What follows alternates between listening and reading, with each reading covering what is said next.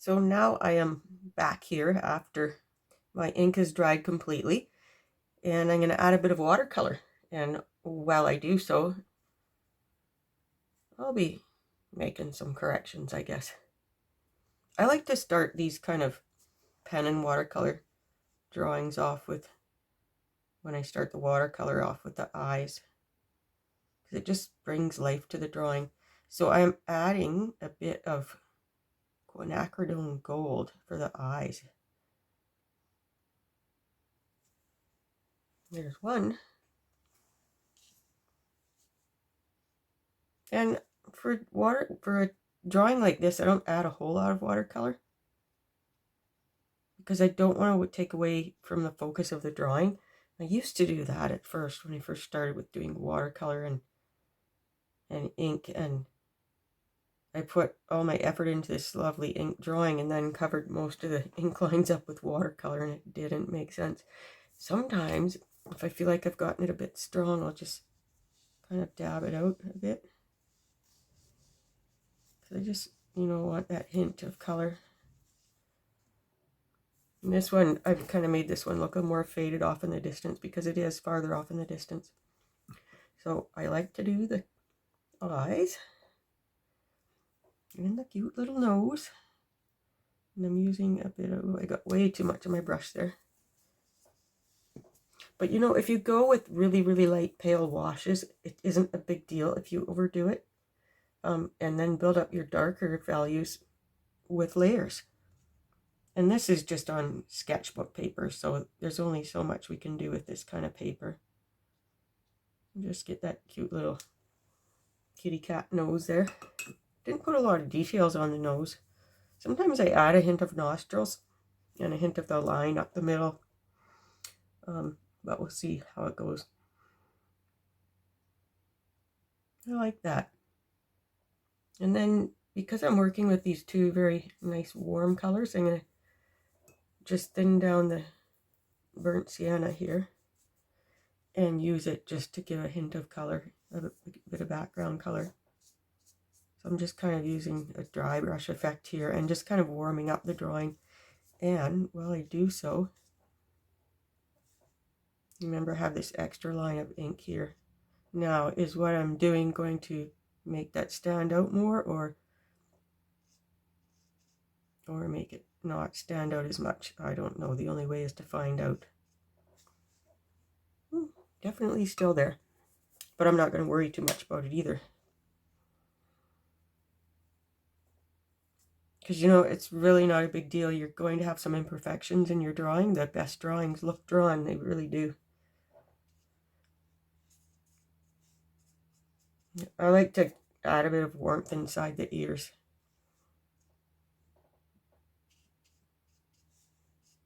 So I'm intentionally missing some of the white, just to give it a bit of highlight color. And it's not the exact same color as a cat in the photo, but you know what? I don't care. I'm just having fun.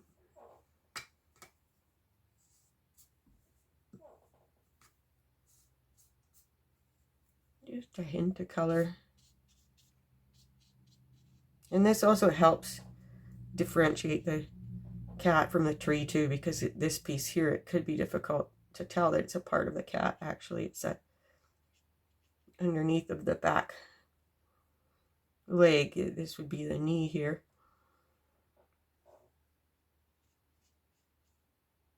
So just, giving hints of color in here.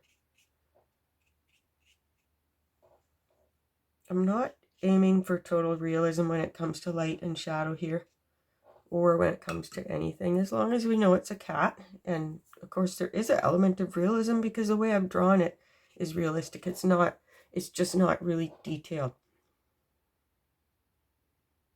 But I'm aiming for art, not a copy.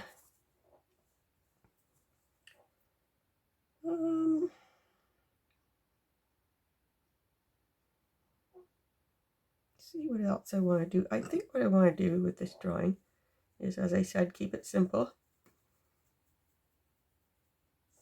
I'm going to add some gray blue, which actually I'll start with just blue to get kind of a dry brush effect on the tree, you know, leaving some spots so it looks like light and shadow. And I'll probably put some burnt sienna over top of it. I don't worry if I get a little bit on the outside because it just adds movement. And, you know, the thing is colors reflect off of surfaces. So, you know, the blue sky would reflect partly off of the tree. Make it a bit darker in there. Coming down. And, you know, I don't want that filled in look. But if I add some burnt sienna over top of the blue, because the burnt sienna is a orangey brown, it will gray the blue down a bit, which is ideal. No, it's not really thin enough, but we'll thin it out.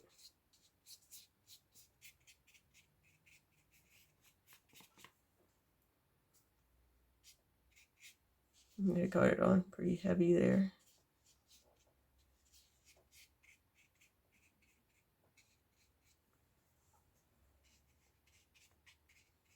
These kind of drawings I find a lot of fun, because you kind of get to, you know, pick your colors, pick what things you want really to show color on, and what things are just kind of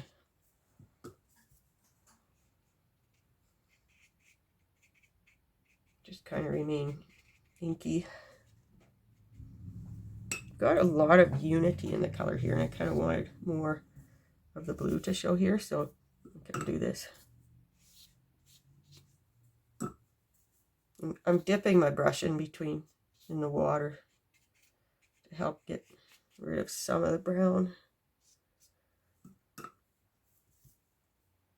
And then I can add a bit more blue, but it might be ideal to actually let it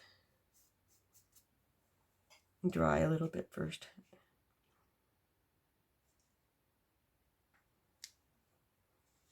I like to show that little bit of shadow there. Comes down from the eye to the nose. It gives the nose a bit of shape, just a touch. But I want to remember that I got way too much paint there. That I'm not going for a lot of details here, just hints. I might come back in with pen after to kind of, you know, after the watercolor dries, to kind of spice up some areas that I forgot about. And I'm going to want to put whiskers on too, which I usually do last, so after the watercolor paint dries. Let's see, let's go back in with some more of this ultramarine blue. That's a nice gray for the tree. And you know, it's a common perception that tree trunks are brown, but a lot of them are not brown. They're more of a gray color, and it also depends a lot on what's doing in the sky too. Like I said, colors reflect off, and that's why you'll find blue in just about anything, because the sky is blue.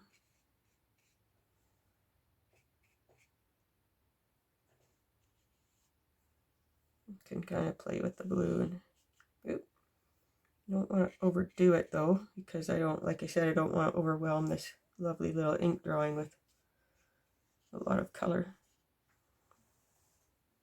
I'm kind of liking that.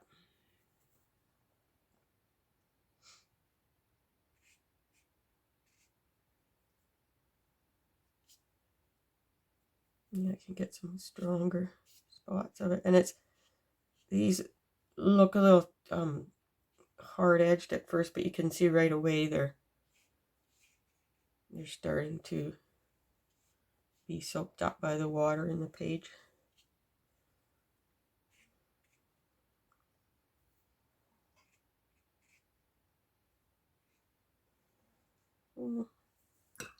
Maybe a bit too strong. Just dipping my brush in the water and cleaning it off a bit so I can kind of take a bit of that out.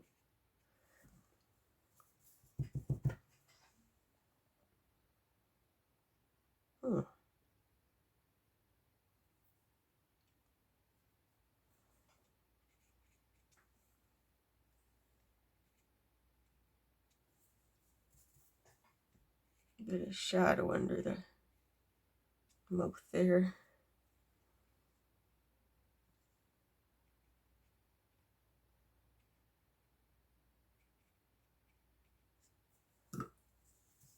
Kind of like that brown better.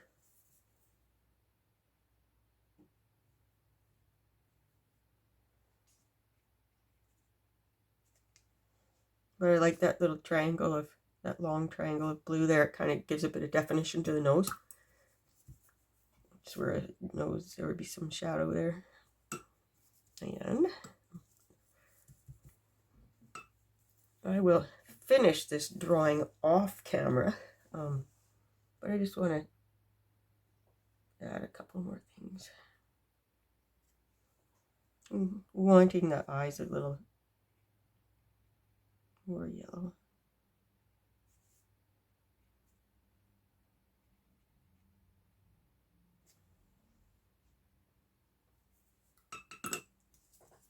I almost always dab the eyes out a bit because it helps, especially with small eyes. It's harder to get the varying tones, and it kind of helps to vary the tones a bit to make it look like areas of highlight and shadow.